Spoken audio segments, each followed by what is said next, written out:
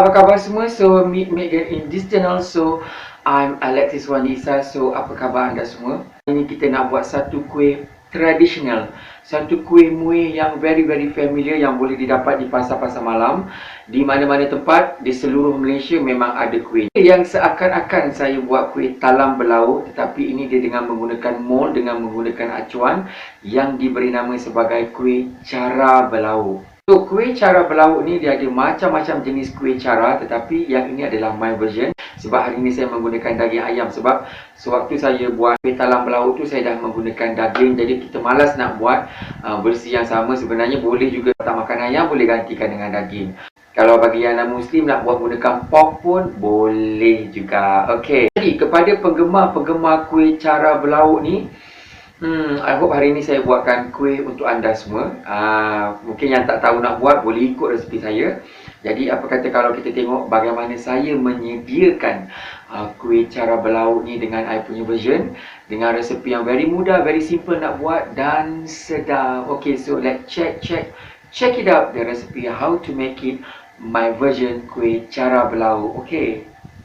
So look at this one is the main ingredient today, bahan-bahan yang kita perlukan pada hari ini. So look at this one is a mold. Bila nampak mold ni, when we looking at this mold, mestilah kita tahu kan kita nak buat kuih apa kan. Ini adalah mold kuih cara. Today we want to make a kuih cara berlauk, my version for 2 Java. So let we check the ingredient, bahan-bahan dia. Okay, so this one is a 1 cup of all-purpose flour, tepung gandum. Untuk adunan tepung dulu 1 cup, kita menggunakan 1 cup. So kalau you nak buat banyak, you kena gandakan jumlah yang saya bagi hari ni. Saya gunakan 1 box of coconut milk sebab saya menggunakan santan kelapa 1 kotak. Sebenarnya 1 kotak ni boleh buat 2 adunan, tapi saya buat untuk 1 kotak lah. Dia lagi pekat lah, tapi kalau buat 2 adunan pun boleh juga. Okay, little bit of salt, sikit garam, sedikit pewarna kuning. This one is a yellow colouring. Okay, saya suka letak sedikit saja dia punya gula untuk rasa tak tawar sangat. Dia rasa macam ada manis sikit. Little bit of sugar. Okay, estimate by this tool kita menggunakan sukatan ini untuk kita punya adunan tepung kita. Kita punya sukatan tepung dan air. We need 1 cup of water. Air 1 cup juga. Nanti kita campurkan dengan 1 kotak santan. Okay, so, untuk adunan tadi tu kita perlukan 1 biji telur sahaja cukup. Okay, untuk berlauk dia, untuk inti dia, hari ini saya menggunakan ayam cincang. If you don't like ayam, you boleh gantikan dengan daging. Sebab saya dah buat yang lepas talam berlauk, saya gunakan daging. So hari ini saya nak gunakan ayam sahaja. Okay, this one is 1 cup lah. Chicken, minced breast chicken. Okay, daging ayam cincang. This one is a chopped garlic. Garlic dalam 3 ulas macam tu. Garlic tu bawang putih. And a little bit of onion. Chopped onion. Onion. Ini saya menggunakan bawang Holland yang saya telah chopkan dia. Okay, untuk aroma kita gunakan Chinese parsley ataupun daun sup secukupnya, juga untuk hiasan nanti. Okay, my version I suka perasa kurma. Okay, kalau you tak suka perasa kurma, you boleh gunakan kari pun boleh. Tapi sebab saya tak makan kari, jadi saya tidak menggunakan rempah kari. Okay, and this one is a red pepper, lada merah untuk hiasan, our garnish. So kita perlukan lada merah untuk hiasan kita. Okay, and little bit of sugar untuk dia punya inti, dia rasa manis-manis sikit. Okay, itu saja. So now let we preparing our filling, kita punya inti kita. So this one is we preheat this oil, kita panaskan minyak dan tumiskan onion, garlic, bawang putih. We saute it until it the layu dan the aroma is come out sampai terbit bau. So now we given 1 tablespoon of kurma powder. Yes, serbuk kurma dalam 1 sudu cukup.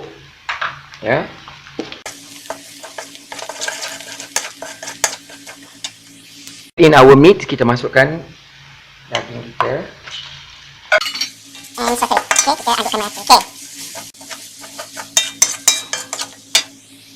Kita rasakan dia dengan garam. So we add in little bit of salt. You can have MSG or sugar. You boleh tambahkan gula. So now I add little bit of sugar, gula. Terserah kepada cita rasa anda, So now we add in this one is the Chinese parsley, daun sup. Untuk aroma dia lagi sama harum dan sedap. So now is done, is a cook. Kita punya filling kita dah masak.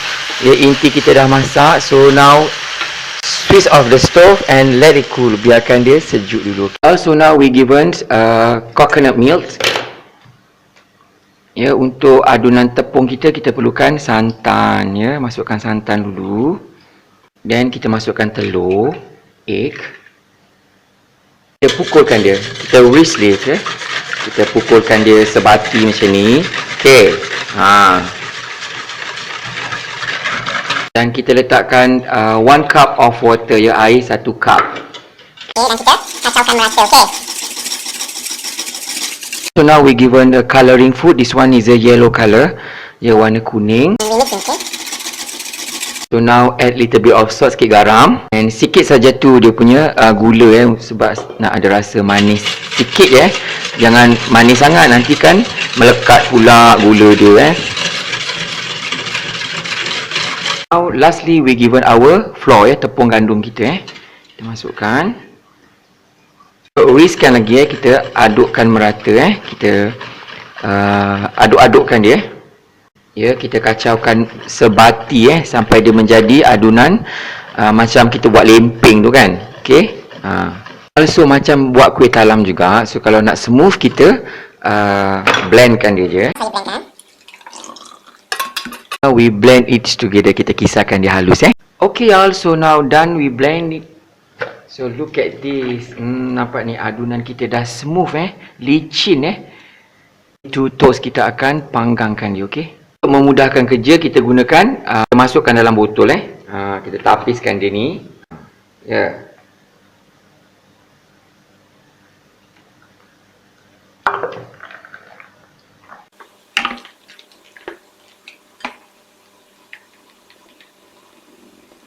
Okay, so now it's done. Kita tutupkan dia, Okay.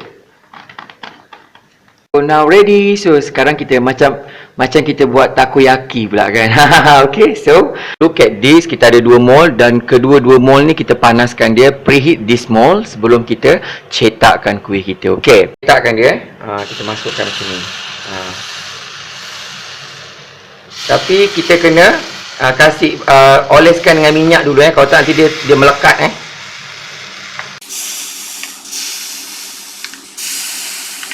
Kita tunggu dia agak masak sikit, baru kita letakkan dia punya inti dia. So kita masukkan inti dia.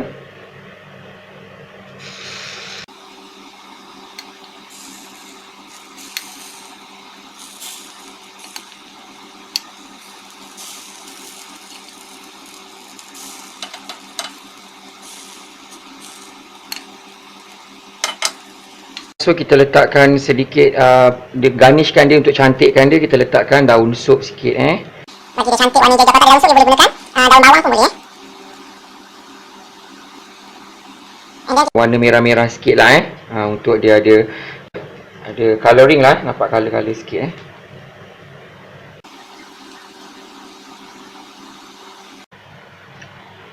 Okay, so apabila dia dah longgar macam ni, kita terbalikkan dia, Balikkan macam ni, okay. Supaya dia toast, supaya dia masak, So it's done, it's cooked. So kita angkatkan dia, okay. It look like this. Nampak macam ni, dia jadi macam ni, kuih kita. So kita angkatkan dia, okay. Okay, so it look like this. Dia punya belakang dia dah masak macam ni. So dia punya depan dia macam ni, okay. Ya.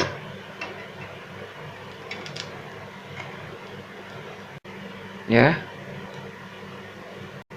Tada! So ini dia kuih kita pada hari ini, iaitu kuih cara berlauk my version Portu Jawa, or in English you translate sendirilah, okay. So I zoomkan sekejap. So ini dia kuih kita. Nampak ni kuih cara berlauk. Jangan terlampau hangus sangat, dia macam ni lah, dia masak dalam dia. Rasa dia memang sedap, sesedap-sedapnya. So now I zoom it for you, okay.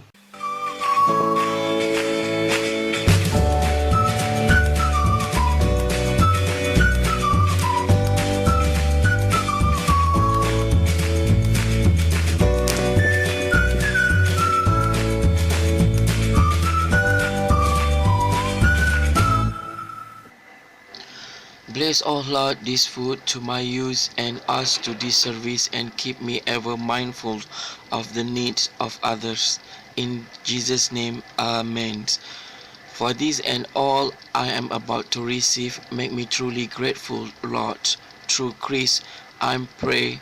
Amen. Amen. Amen. Hi all, so how are you today? So meet me again in this again one more time dekat I punya channel lagi sekali.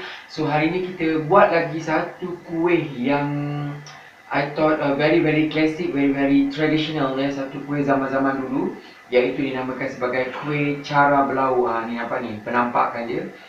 Kuih cara belau saya dah tunjukkan tadi. Kuih cara belau ni tanpa membuang masa, marilah kita makankan dia, marilah kita cekikkan dia. Untuk kita santap, kita cuba satu. Okey, kita pun makan semua. So kita cuba kuih kita.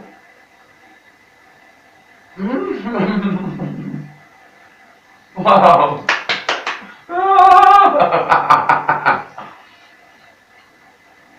Jadi sedap, adunan tepungan sedap, dan yang paling penting dia punya inti dia tu mesti kena ada manis-manis sikit. Bukan manis sangat tau, manis-manis sikit.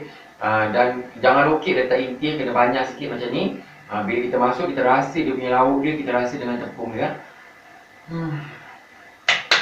Amazing. Believe on me, kalau you ikut resepi yang betul-betul, confirm jadi.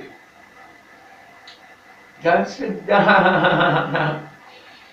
You kena pandai mengagak, kena pandai main api untuk supaya dia punya belakang dia ni tidak terlampau rentung, tidak terbakar dia. Light je macam ni nampak. Tapi dalam ni dah masak. Jangan dia punya bawahnya sampai terbakar rentung, tapi dalam ni pun tak masak juga sebab api terlampau besar. Jadi api kena kecil supaya dia punya bahagian belakang dia ni masak, dia punya bahagian depan dia ni pun masak. Kalau you tak sure, you terbalikkan, lepas tu you terongkokkan balik semula. Sebab dia dah melekat tau, jadi you terongkokkan macam tu bagi dia punya haba dia masak di bahagian atas pula. Okey. Kena ada teknik Delicious. Walah. Gostoso orang Portugis kata. Enak, sedap. Aroy kata orang Thailand. Kata orang apa? Orang Jepun oishi, hielek. Kata Jerman tu ya. Orang Netherlands. Kepada anda semua, saya tak payah nak cerita panjang sebab kita punya video kita pun dah panjang. Jadi hopefully anda cuba kat rumah, hopefully anda suka. Yang penting kena cuba kat rumah sebab saya dah banyak tunjukkan resepi. Kalau anda tak cuba, maka anda tak tahu apa yang saya kata. Kuih saya yang saya buat ni sedap, menu-menu yang saya buat tu semuanya sedap. Jadi you kena cuba, okay? So sampai berjumpa di lain masa, di lain menu, di lain resepi. Salam sayang daripada saya, Alexis Wan Isa, untuk anda semua. Bye.